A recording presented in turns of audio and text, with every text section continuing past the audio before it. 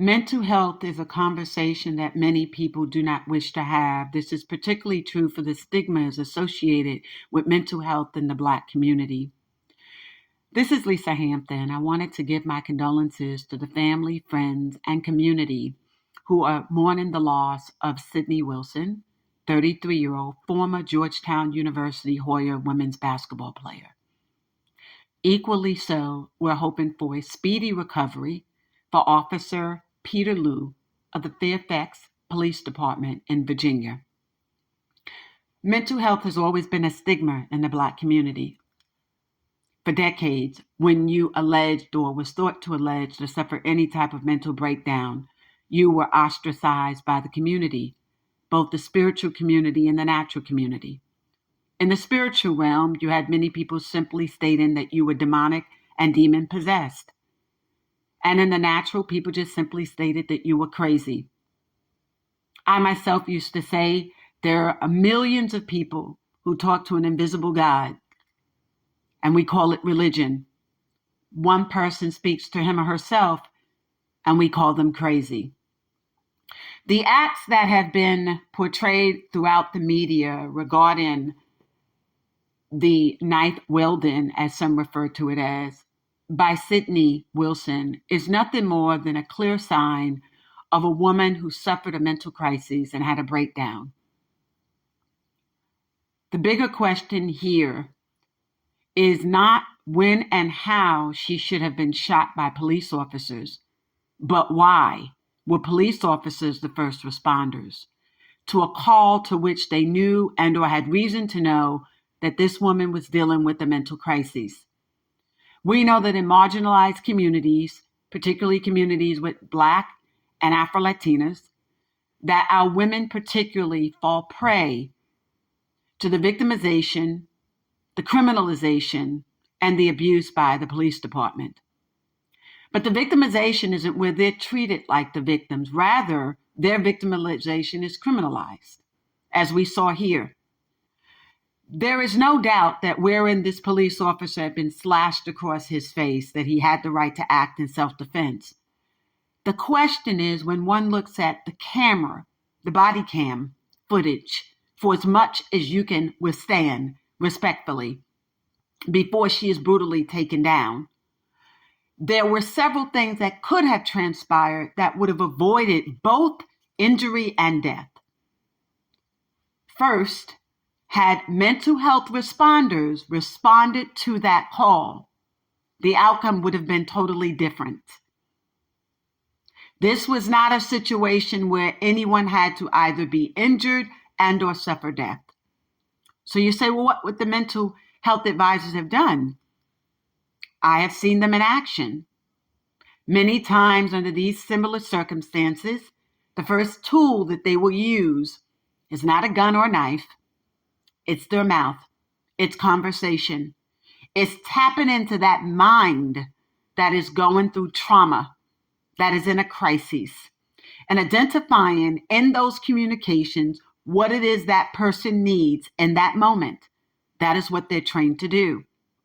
Similar to how those who are trained in hostage circumstances, they know how to communicate. They understand the mindset of most persons who hold you hostage. They want to be heard. They have needs that they want to be met. Is anyone willing to listen? In that moment, that's exactly in part what these mental health workers could have done. We have made too many excuses for not having mental health workers, to include but not be limited to funding and financing, and that's a lie. For almost every municipality, county, and or state government, their largest budgets, just like the federal government, is defense, law enforcement, policing. There are billions of dollars spent annually in the United States on militarizing our police departments to provide services to local citizens, not militias, citizens, such that by the time police officers have to respond, particularly to marginalized communities, they still go in with the militarized mindset. Look at the body cam. She is coming out of the front door and he already has the gun out. But if you look moments before she's coming down the hall, they've already drawn out their weapons. I saw the same footage as many of you, as much as I could take, respectfully. I was not willing, and nor did I want to see a young woman bleeding out, nor did I want to witness the last breath coming out of a woman, nor did I want to see a police officer being slashed across his face. One who I must acknowledge did try to take as many measures as he could to avoid shooting her to death, but did he?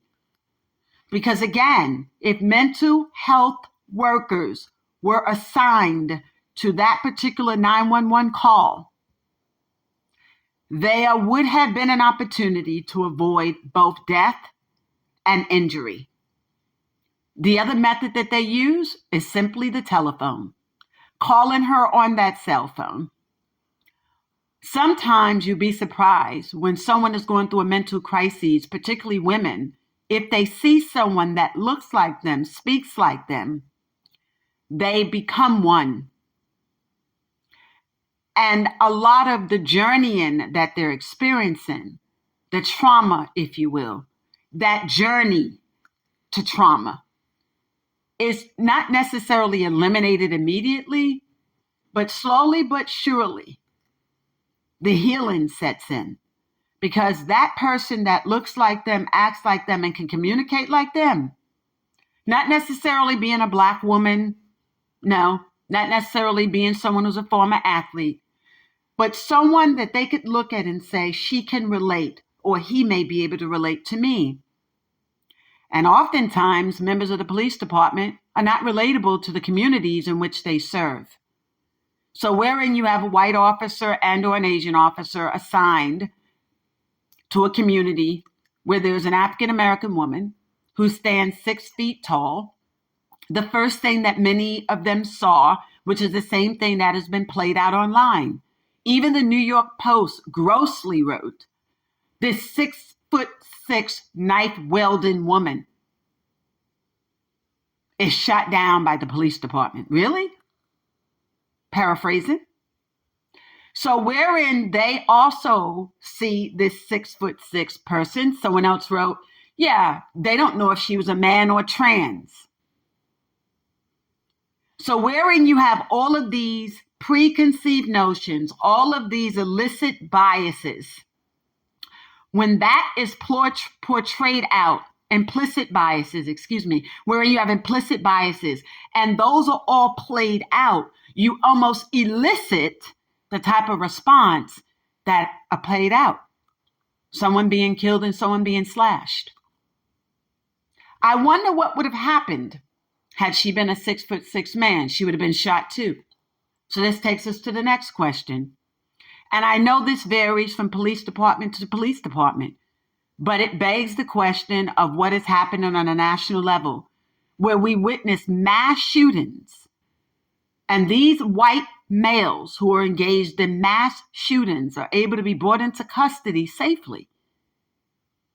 And the one who did a mass shooting years ago in South Carolina, killing several people in a Black-owned church, he was taken to McDonald's to make sure he had something to eat before he went to jail.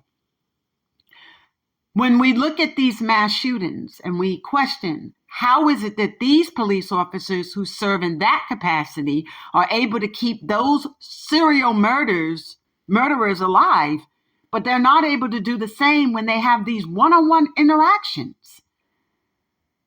So what is it about you're encountering with Black victims that you don't see her victimization in that moment? You don't see the mental crisis. You don't see the breakdown. You see a Black woman, 6'6", with a knife. And the first thing you're trying to do is protect yourself. I get it. I understand it. The shoot to kill.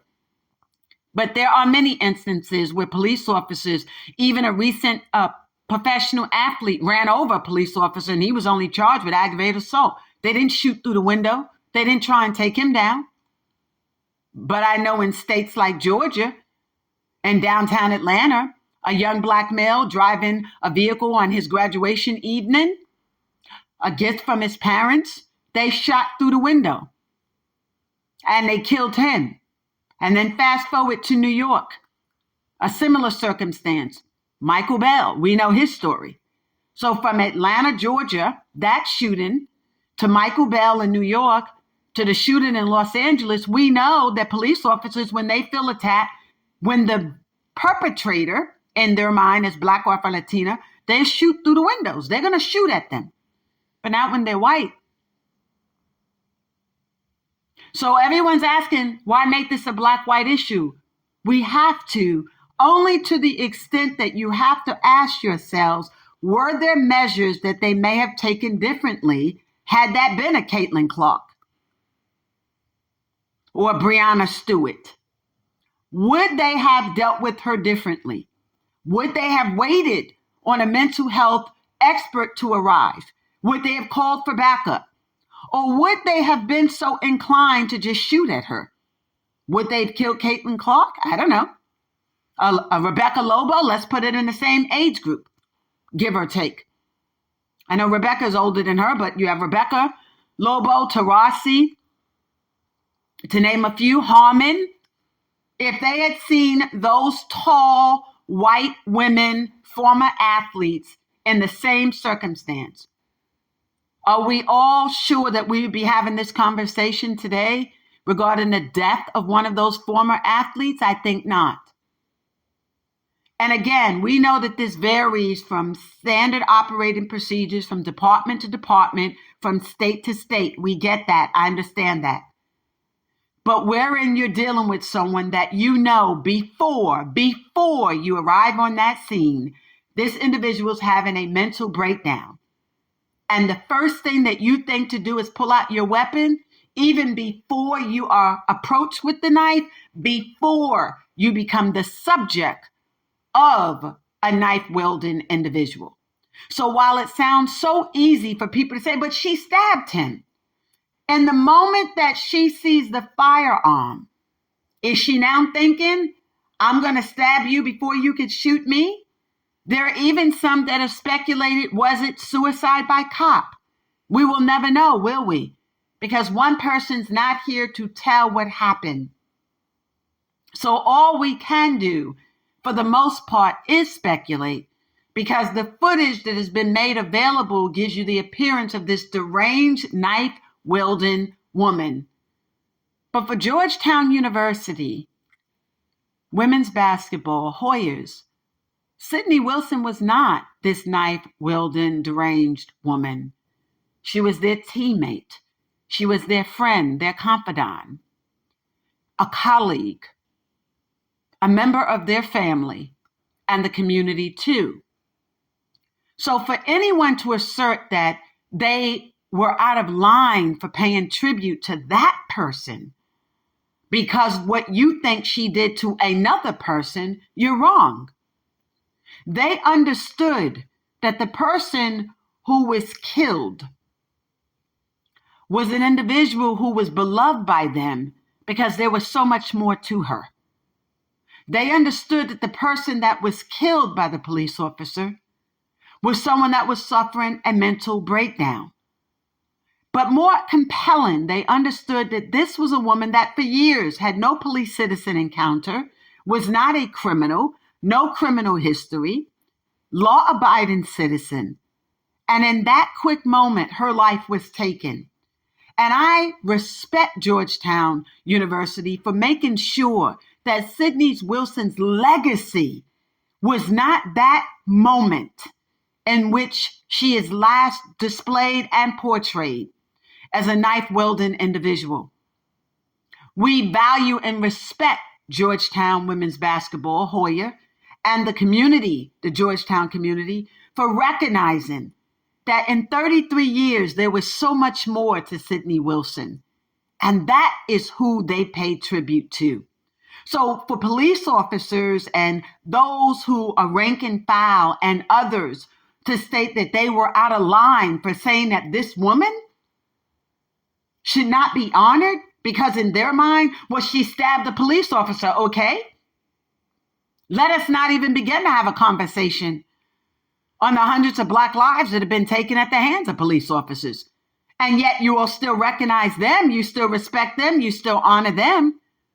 Can I go a step further? What's right around Georgetown University? Thomas Jefferson's mansion and George Washington also, and Mason's plantation. 3 slaveholders.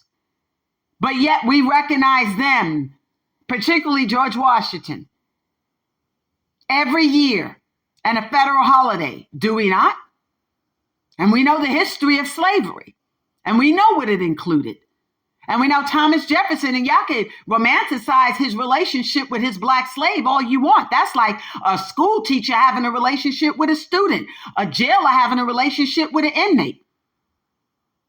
So you guys can romanticize it, but the fact of the matter is there are things that we look at differently, and in evaluating them differently, you might say if we look at this point in time of this person's life, they were the first president of the Union. Recognize them as such, not as the slave owner who may have raped the women and the children, who was subjecting them to beatings and stripping them of their identity and their culture and their language, right? So Georgetown University, which has its own history in that space, took the moment to recognize Sidney Wilson, and I applaud them for doing so. So the next argument that you all have when you think about what happened to Sidney Wilson, when you think about whether Georgetown should have honored her, is to say, what do we do to avoid these outcomes in the future? Is it easy to simply say fund it? Yes, it is. Why? When they were going through the defund the police era in 2020, following the George Floyd killings, let me pause right there for a moment and say something to Black men. You know, I've been reading some of your posts to Black men, and I think it's so interesting how Black women jump on the front line for you all 24/7, 365. How we're constantly there to uphold you and to make people remember you. Need I remind you, Black men, that Black Lives Matter was not even about you. Black Lives Matter was founded by 4 queer women with the mindset that Black women were not being seen, Black women were not being heard, Black women and members of the LGBTQIA community as well. I now call y'all the Alphabet Mafia. I don't know how many more letters y'all gonna take. I get it, I understand it, but whoa, okay, I hope I got all the letters in there respectfully. That being said, Trayvon Martin's case kind of took Black Lives Matter, the hashtag, the movement, and the organization, such that even as of today, the voices for Black women still go unheard. So it's disappointing when you all are quick to say, well, you know, she did stab him. Well, let's have this conversation about those of y'all. You had Michael Bell, they said, was trying to run over a police officer. You had Brown, everybody's mouth, hands up, don't shoot. Well, he was out there robbing old Black women. Okay. Then the one that got beat down and shot 16 times by police officers in Chicago, he was a gangbanger, and George Floyd was passing counterfeit. I mean, we could do the same thing too, Black men. We really can. I don't think y'all want us to. So we don't expect you all to take to the front line and be disrespectful with it either. Well, what would you do if you saw a 6'6" Black woman? The same thing that they did to George Floyd. Is that the answer you want? Are we really going to do that? Yeah, I don't want to do this. You really don't. Every life matter. That's why it was called Black Lives Matter. It was never really intended for Black versus white. It was Black women, queer women also saying, listen, our lives matter too. The agendas can't be set by, the narratives can't be controlled by Black men only. The Roland Martins, the Tavis Smalleys, I know the other name is going to come to me, Al Sharptons, the Van Jones. They were saying, y'all just can't control our narratives. There has to be a space for Black women voices. And we must be able to control and navigate our narratives. And it got hijacked, to which you all think that you own it. And that being said, whether you agree or disagree, no one's saying to you that you don't have a right to your opinion. Of course you do. We all want that. That's the one thing we must maintain. But we have to be able to do it respectfully as well. Let us not forget that this was a young woman going through a mental crisis. Okay? She was going through a mental crisis. Maybe your outcome would be different. Hers was not. Hers was not. And there could have been a way that death and injury to both the officer as well as to her could have been avoided. And how do we do that going forward? Again, law enforcement is the largest budget of almost every municipality, state, and federal agency. The money is there. It needs to be properly allocated. This notion that, well, we can't send you everywhere. Well, why not? You have enough EMS to respond to almost every single call. So if you have that many for EMS, as many police officers, don't tell me you don't need one mental health worker for every single vehicle. Stop the foolishness. You guys know what needs to be done. You don't want to do it. You want excuses so you can live in denial and justification.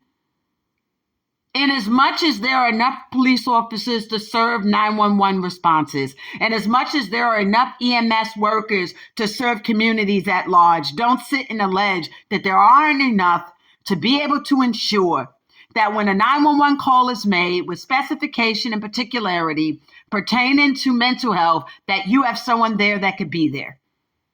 Imagine if Fairfax had just hired 3 people. If their budget included 2 to 3 people, and they could have arrived on the scene and they could address the issue the same way, similar training to hostage. They are specifically trained in this space. If you dealt with anyone going through a mental crisis, you would know that they have issues that impact them with audio and visual. So imagine officers screaming at you, and imagine all you see is 2 officers that don't identify with you with a gun. And you're in a mental crisis. But imagine if there's someone that is communicating with you before you take possession of the knife, or even with possession of the knife, who can communicate with you in such a way that they meet the audio issues you're dealing with in that moment and the visual. They could tap into your mind long enough to be able to get you to communicate with them, to tell them what's going on so that they might be able to assist you. To all of the Black women and even some of the whites who don't have the opportunities of the Caitlin Clarks and the Breonna Taylors, yeah, the Breonna Stewarts, thank you. Breonna Stewarts, who don't have that advantage, and the Sabrina Eyes, who don't have those advantages of multi-million-dollar contracts and the like, all of this attention as though you're the best of the best, and that you don't even have to play basketball if you don't want to. For those individuals who go through this space, even when I think of Watkins out of South Carolina, Gamecock, who was recently arrested and overcharged with kidnapping and a host of other charges, the way the world already perceives Black women, even those that look like me, who might be of a lighter hue, respectfully, 5'7", 100, 135, if that, okay? No matter where I go, I've had people say to me, well, I think the officer would have dealt with you differently if you looked like me. I don't know that, because I don't look like you, respectfully. But I do know that I have had opportunities where law enforcement has been my best friends, but also I recognize how I interact with them. Yes, sir. No, sir. Hands on that 12 and that 3 and that 6, when I need to. Do I have permission to reach when I need to? So I get it, and I know the stories, but I also recognize the stories of Black women who, no matter how we try to do it, trust you me, I know what I'm talking about in this space too. No matter how we try to do it, we always end up on the other side. And I know a lot of people seem to think, well, you got Kamala Harris, so that doesn't mean, black women are doing, are we? Because she's Indo-Jamaican, not a descendant of an African-American slave. And life is different when you grow up differently. And different may not be better, but it's different for sure. And we can fool ourselves all we want. A woman of color, yes, she is. But does she understand the lives of a Sidney Wilson? No, she does not. And guess what? In part, I don't either. There, I said it. I don't know what it would be like to be a black woman who formerly played basketball, who might be looking for employment opportunities, or you go from everybody loving you and knowing you to one day you're not having anything at all in terms of the notoriety. Yes, you have a beautiful place to live. Yes, you have employment opportunities, but the notoriety you was once used to, the professional stance that you may have thought you would have encountered or had as a professional basketball player, a lot of things change. The same is true even for our professional athletes, our men. There's a lot to be said about the mental state of dealing with professional athletes and even collegiate sports. I did a show, I want you to check it out, mental health. It's like minding our business in the NBA. You think of the Kevin Loves and the Paul Georges of the world, respectfully, right? And so they've been on this campaign of being the face cards of mental health. It is an issue. But imagine for those who play collegiately. Think about these numbers for a moment. According to the High School Federation, there's about 931,000 high school basketball players in the United States. 17,500 go to D1 programs. Okay? Freshman year. Notwithstanding transfer portals and the like, by the time they're seniors, 4,500 of them make it there. All vying for 60 slots? In the NBA, and the slots even smaller in the WNBA. So imagine you have all of these players, but few opportunities exist for them when they graduate. And for those who didn't get to take advantage of attaining a college degree, it's even worse. And for those who it's okay to be 6 feet and taller when you're playing basketball, but now you're in the real world, how does that measure for you? Let's remember those things when we think about Sidney Wilson. Thank you for joining me today. Georgetown Hoyas, thank you for paying tribute to her and all the other women like her and those who are dealing with mental health issues. And for Fairfax Police Department, I hope this is enough for you all to re-examine your standard operating procedures and equally to be able to hire and make available mental health crisis workers for calls like that, and police officers, departments across the country. And again, to Peter Lou, we're praying that you have a speedy and a great recovery. Thank you for joining me today on Field to Rim, brought to you by Celta in Sports. This is Lisa Hampton. Love is selflessly authentic. Having all money, power, talent, opportunities now. If you didn't get to check out the trailer, the first bonus trailer for Ron Ball, The Allen Iverson Way, it is posted on our YouTube page. Check it out. Share your thoughts. Let us know where you are. The second trailer will drop soon. We did this one with the intent to just kind of give you the premise for where we're going with it. I thank some of you for your direct emails to me. And even for those of you who posted some very, interesting comments that you didn't like it. You want to see AI, basketball AI. But understand the premise of this particular story. You're going to see some basketball, but the emphasis is on, in part, how an injustice created and deprived him and so many other individuals, Gen 6, Bronx 6, Central Park 5, and a host of others from opportunities to pursue their childhood dreams. And we're going to go deep with it. We'll travel social movements, the 60s, the 70s, the 80s, the 90s. I think you're going to enjoy it. The music, the fashion, the commentary, politics, social, cultural movements. And Allen Iverson's story is the backdrop. Thank you. And we're out.